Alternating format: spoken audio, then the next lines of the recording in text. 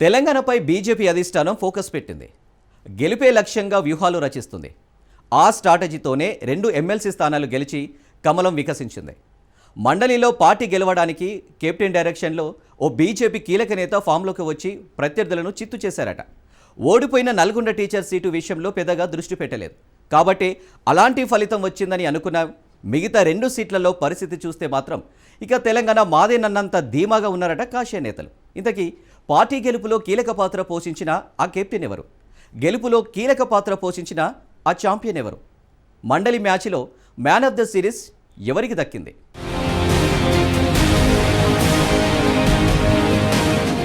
MLC ఫలితాల్లో బండి mark. కెప్టెన్గా కిషన్ రెడ్డి, ప్లేయర్గా బండి ప్రచారం. గెలిపించిన ఛాంపియన్ కామెంట్లు. Karimnagar, Nizamabad, Adilabad, Medak teacher graduate MLC ఎన్నికల్లో బీజేపీ అభ్యర్థులు మల్క కొమరయ్య, చెన్నమైల అంజిరెడ్డి విజయఢంకా మోగించారు. వారి గెలుపు రాజకీయ, ఉపాధ్యాయ వర్గాల్లో తీవ్రమైన చర్చకు దారితీసింది. బలమైన ఉపాధ్యాయ సంఘాల అభ్యర్థిని ఓడించి టీచర్ ఎమ్మెల్సీని కైవసం చేసుకున్న బీజేపీ అదే ఊపుతో అధికార కాంగ్రెస్ పార్టీ సిట్టింగ్ స్థానాన్ని సైతం కొల్లగొట్టడం రాష్ట్ర రాజకీయాల్లో సంచలనమే. కాగా ఈ 2 స్థానాల్లో బీజేపీ గెలుపును ఛాంపియన్ ట్రోఫీతో పోల్చుతున్నారు రాజకీయ క్రికెట్ పండితులు. ఛాంపియన్ ట్రోఫీ క్రికెట్లో కెప్టెన్ రోహిత్ శర్మ ఆధ్వర్యంలో విరాట్ కోహ్లీ చెలరేగి అన్ని మ్యాచ్లు గెలుస్తూ ఫైనల్కు చేరుకున్నట్లు, తెలంగాణ ఎమ్మెల్సీ ఛాంపియన్ ట్రోఫీలో కెప్టెన్ కిషన్ రెడ్డి ఆధ్వర్యంలోని బీజేపీ టీం సత్తా చాటగా విరాట్ కోహ్లీ మాదిరిగా బండి సంజయ్ గ్రౌండ్లోకి దిగి విస్తృత ప్రచారం చేశారు. ఇదే అభ్యర్థులను గెలుపు తీరాలకు చేర్చిందని రాజకీయ విశ్లేషకులు అంటున్నారు.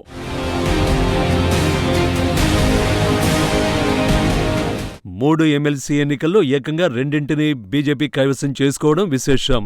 ఉత్తర తెలంగాణలోని 42 అసెంబ్లీ స్థానాల పరిధిలో టీచర్స్, గ్రాడ్యుయేట్ ఎన్నికలు జరిగాయి. వీటిలో అత్యధిక ఓట్లు సాధించి బీజేపీ అభ్యర్థులు నంబర్ 1 స్థానాన్ని చేరుకున్నారు.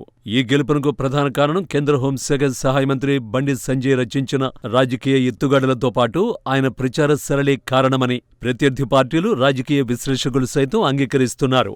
ఈ 2 అభ్యర్థుల గెలుపు బాధ్యతను పూర్తిగా బండి సంజయ్ తన భుజానికెత్తుకున్నారు. ఎమ్మెల్సీ ఎన్నికల నోటిఫికేషన్ వెలువడినప్పటి నుండి పోలింగ్ ముగిసే వరకు బండి సంజయ్ తన దృష్టినంతా మల్క కొమరయ్య, అంజిరెడ్డి గెలుపుపైనే కేంద్రీకరించారు.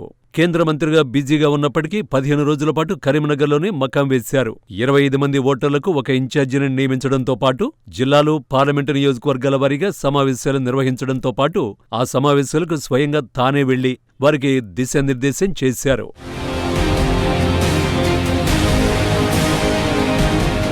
దేశవ్యాప్తంగా మోదీ పట్ల ప్రజలకు ఉన్న నమ్మకాన్ని, ఉద్యోగులకు 12 లక్షల దాకా ఐటీ మినహాయింపు ఇచ్చిన విషయాన్ని పదే పదే టీచర్లలోకి తీసుకువెళ్లాలని గుర్తు చేశారు. కాంగ్రెస్, బీఆర్ఎస్ పాలకుల తీరు వల్ల తెలంగాణలో టీచర్లు, ఉద్యోగులు, నిరుద్యోగులు ఎదుర్కొంటున్న సమస్యల్ని ప్రతి సమావేశంలోనూ వివరించారు. టీచర్లు, నిరుద్యోగుల పక్షాన బీజేపీ చేసిన పోరాటాలను గుర్తు చేశారు.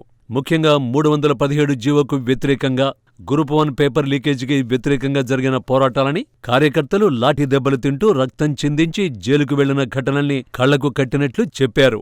ఆయా సమస్యలపై కాంగ్రెస్, బీఆర్ఎస్ పార్టీలు ఏనాడు పోరాడిన దాఖలాలు లేవని, ఆ చరిత్ర బీజేపీకే ఉందనే విషయాన్ని చెబుతూనే భవిష్యత్తులోనూ టీచర్లు, ఉద్యోగులు, నిరుద్యోగులకు అండగా ఉంటూ ఉధృత పోరాటాలు చేస్తామని హామీ ఇచ్చారు. ఒకవైపు సొంత పార్టీ కార్యకర్తలు జోష్ నింపుతూ ప్రచార పర్వంలో దూసుకుపోయేలా చేసిన బండి సంజయ్, మరోవైపు ఆయా వర్గాలకు కాంగ్రెస్, బీఆర్ఎస్ చేసిన అన్యాయాలను, బీజేపీ చేసిన పోరాటాలను పదే పదే గుర్తు చేస్తూ ప్రచారాన్ని కొనసాగించారు.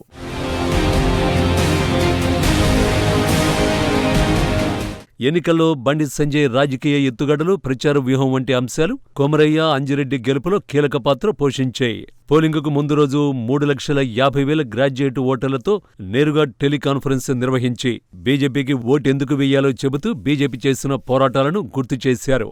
పోలింగు నాడు, కౌంటింగ్ రోజు కార్యకర్తల్ని అలర్ట్ చేస్తూ జోష్ నింపారు.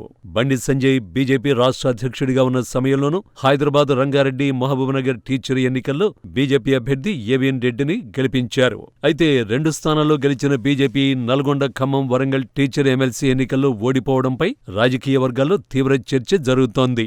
వాస్తవానికి బండి సంజయ్ మాదిరిగా బీజేపీ అభ్యర్థి సరోత్తం రెడ్డి గెలుపు బాధ్యతను బీజేపీ నేతలెవరూ తీసుకోకపోవడం వల్లే అక్కడ ఆయన ఓడిపోయారని సొంత పార్టీ నేతలే బాహాటంగా చర్చించుకుంటున్నారు.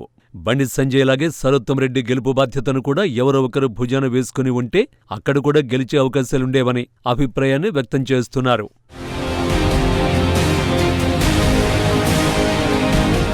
తెలంగాణలో జరిగిన ఎమ్మెల్సీ ఎన్నికల ఛాంపియన్ ట్రోఫీలో బీజేపీ విజయం సాధించిందని బండి సంజయ్ అన్నారు. ఒక వర్గానికి కొమ్ము కాస్తున్న కాంగ్రెస్కు ఎమ్మెల్సీ ఎన్నికల తీర్పు గుణపాఠమని తెలిపారు. ఎమ్మెల్సీ ఎన్నికల ఫలితాలతో తెలంగాణలో 70% బీజేపీదేనని, రాబోయే రోజుల్లో 100% సాధిస్తామని స్పష్టం చేశారు. మార్పు కోరుతున్న ప్రజలకు బీజేపీ దిక్సూచిలా కనిపించిందని, ఇకపై ఏ ఎన్నికలు జరిగినా విజయ పరంపర బీజేపీదే అన్నారు. రాబోయే స్థానిక సంస్థల ఎన్నికల్లో గెలుపు బీజేపీదేనని ధీమా వ్యక్తం చేశారు. రాష్ట్రంలోని గ్రామ పంచాయతీల అభివృద్ధికి నిధులిస్తోంది కేంద్ర ప్రభుత్వమేనని, సొమ్ము కేంద్రానిదైతే సోకు రాష్ట్ర ప్రభుత్వం చేసుకుంటోందని విమర్శించారు.